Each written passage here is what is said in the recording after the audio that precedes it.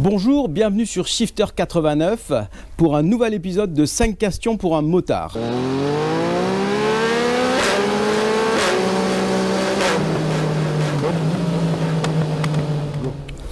Alors Nicolas, bonjour, bienvenue sur 5 questions pour un motard. Bonjour Shifter. Je te reçois avec ta BMW S1000R.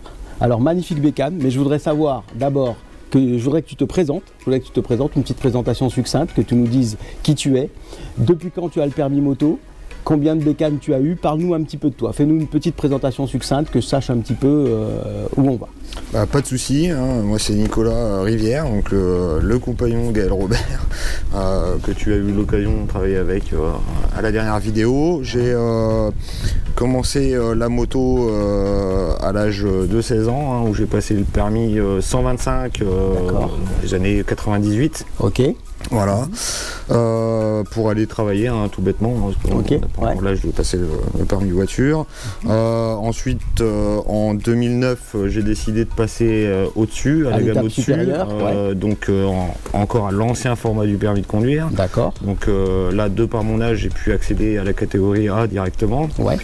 Où j'ai fait l'acquisition d'une GSR 600. Suzuki GSR 600. Suzuki GSR 600. Ok. Sur laquelle j'ai bien baroudé, j'ai bien fait mes armes. Un très bon 4 cylindres, on peut tabler sur une puissance de combien sur un modèle comme ça? 90 chevaux à peu près. 90 chevaux, d'accord, donc ça t'a permis de faire tes armes et de progresser. Exactement. Ouais. Après j'ai fait une longue pause de par mon métier, hein, qui ne me permettait plus de faire de la moto à plein temps. Ok. Et en arrivant dans Lyon en 2019, j'ai décidé de reprendre la moto et du coup la voici. De passer vraiment une étape encore plus haute après le GSR 600. Bien au-dessus, hein, mais tout en restant sage. Hein. D'accord. Mon premier choix était parti sur la S1000 RR. Ok, donc la sportive. Voilà. Un petit peu trop puissante pour mon gabarit. Et plus de 200 chevaux. Plus de 200 chevaux. Plus de 200 chevaux à l'heure actuelle, hein, sur les derniers modèles. Okay. Donc pour rester sage sur la route, hein, j'ai choisi une moto un petit peu moins puissante, mais avec des capacités quasiment similaires. D'accord, donc on peut la voir, elle est quand même magnifique. Ce coloris, il porte un nom particulier, ça rappelle un petit peu le Nardo Grey de chez Audi. C'est ça. Hein, donc j'ai choisi ce coloris de par le R de couleur jaune. Ouais.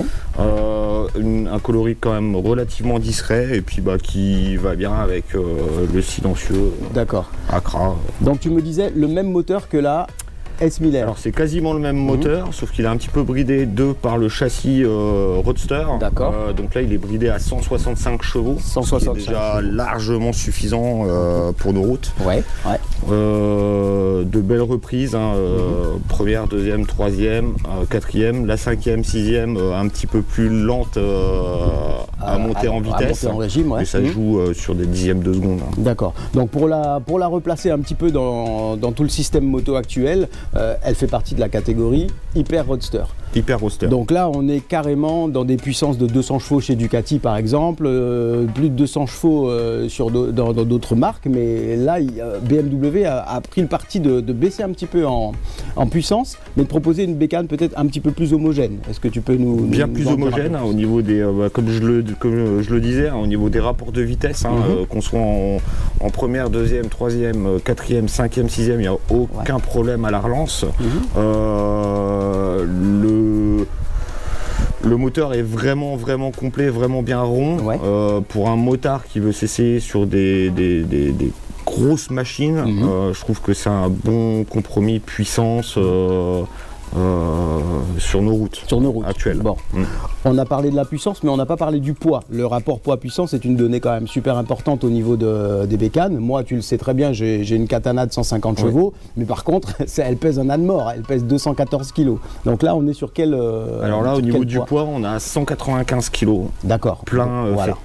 Donc on comprend qu'elle marche bien au final, parce que la puissance est peut-être raisonnable dans l'absolu, mais voilà, du fait qu'elle soit légère, on a vraiment une bécane qui envoie le pâté. Qui envoie et qui reste très maniable de par son angle de chasse plus ouvert que la majorité des roadsters et le guidon droit. D'accord, donc justement ce guidon droit, parlons-en. On a tendance à avoir des guidons un petit peu plus cintrés sur les roadsters. Là, ils ont pris le choix et l'option de nous mettre un guidon complètement plat. Est-ce que toi, au niveau de la position, c'était gênant au début? Il y avait un petit moment d'acclimatation ou ça allait dès le départ? Alors, au niveau de la position, on est sur une position que je qualifierais d'hybride entre la position qu'on a sur une S1000 RR et la position qu'on a sur un roadster traditionnel. Comme sur les autres marques, Yamaha, Suzuki, etc. Ouais. Le guidon droit, par rapport à la position des pieds, on est vraiment en bas du corps sur une position sportive. D'accord. Et le haut du corps sur une position roadster. Donc on est vraiment très à l'avant par rapport aux autres marques. D'accord. Donc ça veut dire que par rapport à la maniabilité, c'est un plus? Alors pour moi, que tu as un bras de levier plus important avec le guidon droit. Je trouve que c'est un plus par l'angle de chasse de la suspension avant. Après, le guidon droit a quand même un petit défaut, c'est qu'on est tout le temps en position de pompe. Donc c'est très très exigeant pour le haut du corps. Ok. Bon, au niveau protection, là, moi, ce qui me plaît avec cette bécane, c'est que voilà, quand on regarde la face avant, on sent que les Allemands ont énormément progressé niveau design. On n'est plus dans ces designs tarabiscotés qu'ils avaient avant avec des phares asymétriques et des choses. On a vraiment un truc qui est magnifique et qui est bien foutu. Il y a un petit peu une évocation dans la nature, comme on disait tout à l'heure, elle ressemble un peu à un puma, elle a l'air bien agressive. Esthétiquement, elle est quand même magnifique. Est-ce qu'il y a un détail particulier qui t'a, en dehors du fait que tu voulais une S1000 R mais tu voulais quelque chose de plus raisonnable, est-ce qu'il y a un détail esthétique qui t'a vraiment fait kiffer sur cette bécane et qui t'a donné envie de la posséder? Alors, tout à fait, déjà, ne serait-ce que par son aspect esthétique qui est quand même bien agressif pour un roadster, avec la face avant qui est vraiment très pointue. Ouais, on va vous faire des panneaux, vous allez voir un peu tout ça. Le feu, le bloc optique avant, qui est vraiment très travaillé avec les feux durs, avec le petit sourire et puis le petit détail du R qui s'illumine, c'est quand même pas négligeable. Et puis toute la partie cycle arrière, la partie arrière là ici, donc tubulaire, et puis la petite coque qui au niveau aérodynamique, c'est un petit plus, quoi. Un petit plus, mais tout ça c'est d'origine, on est d'accord. Tout ça c'est d'origine, sauf la petite coque pour faire une moto d'égoïste. Qu'on va détailler, d'accord. Donc en pièces kit que tu as rajouté après, finalement on n'aura que la partie inférieure que je détaillerai avec ce magnifique échappement à Krapovic court. C'est ça. C'est ça. Nid d'abeille. Ouais. En titane. Il est en titane. Oui, titane. Ok. Donc ça c'est une pièce que tu as rajoutée après. On aura l'occasion d'entendre le son, mais moi je voudrais qu'on s'attarde un petit peu sur l'écran TFT parce que c'est un écran TFT couleur.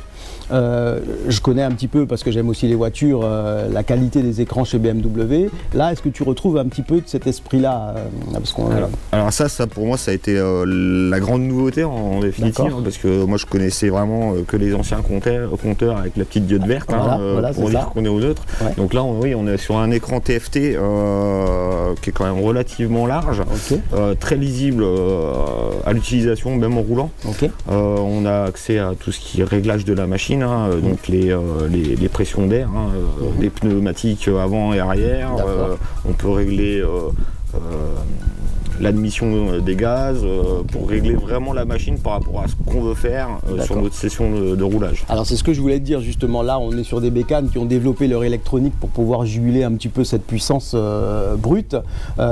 L'écran finalement n'est qu'un retour de toutes ces aides électroniques.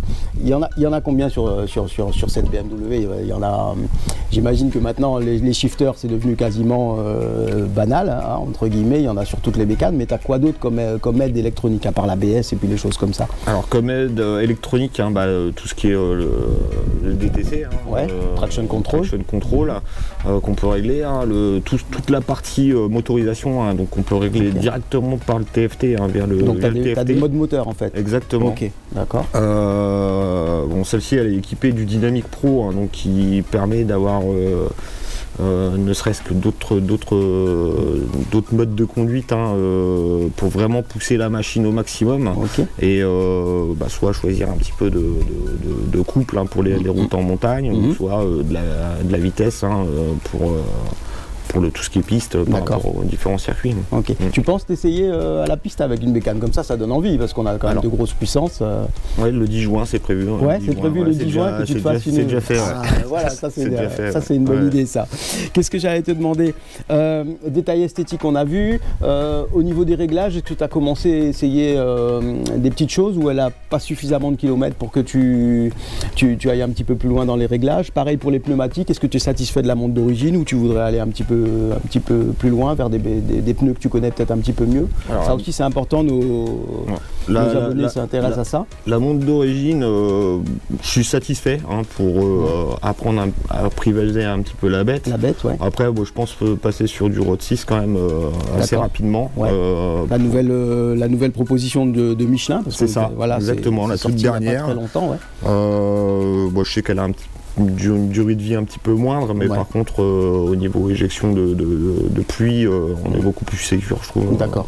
Ayant eu des Road 5 sur la GSR, c'est des pneus quand même que je connais un petit peu. D'accord, parce que tu es comme moi, tu es de la région Bourgogne, la saison moto elle n'est pas infinie. C'est ça. Il y a quand même des mois où moi j'ai pris le choix de ne pas rouler. Toi, j'imagine que tu roules quand même toute l'année, tu fais tous tes trajets avec, même l'hiver. Alors sauf décembre et janvier, je suis un peu comme toi, je l'ai mis en hivernage en décembre et en janvier parce que je fais trop de kilomètres et des fois je fais tout Lyon, donc d'accord, ok. Des fois trop de kilomètres pour prendre des risques en hiver.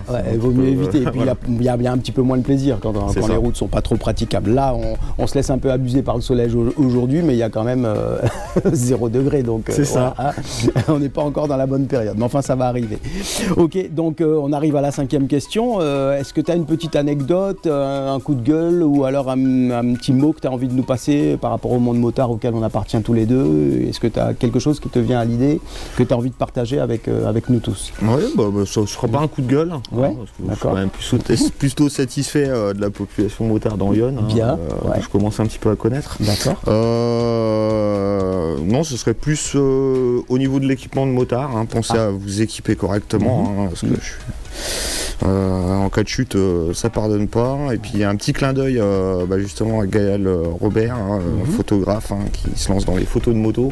Oui. Voilà. Et alors, je mettrai en incrustation l'adresse de sa partie Instagram sur laquelle elle s'occupe principalement des motos, même si on a déjà un petit peu communiqué sur la vidéo Batman en mettant bien les références. Là, je vais vous le repréciser parce qu'elle est disponible justement à collaborer avec chacun d'entre vous. Il suffit simplement de rentrer en contact avec elle si vous avez un beau projet et envie d'avoir de belles photos pour votre bécane, pour votre belle, et vous n'hésitez pas.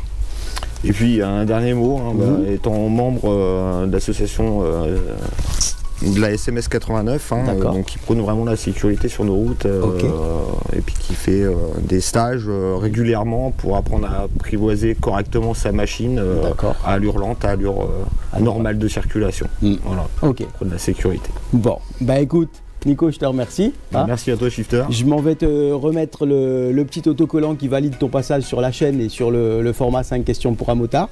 Donc c'est le petit cadeau. Merci. Voilà. Donc quant à nous, on va se retrouver le mois prochain.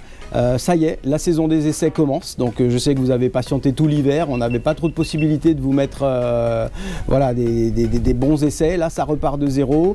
J'ai vu avec mon bon gars sûr, Alexandre, le panel de motos que vous allez pouvoir avoir en essai cette année. Ça va être vraiment super sympa. Et je vous réserve aussi quelques petites surprises parce que notre collaboration avec ta dame, donc Gaël Robert, n'est pas terminée et on aura probablement dans le courant de l'année un projet supplémentaire qui va venir se greffer sur tout ça. Voilà, donc tu connais déjà un petit peu la façon qu'on a de se saluer et puis de dire au revoir. C'est ça. Donc je m'en vais te remercier. Je vais finir la vidéo en faisant quelques belles statiques de cette magnifique bécane. Et puis on se voit très très vite pour se faire une petite balade et puis une bonne sortie. Ça marche. Ok, donc à très bientôt et puis peace. Peace.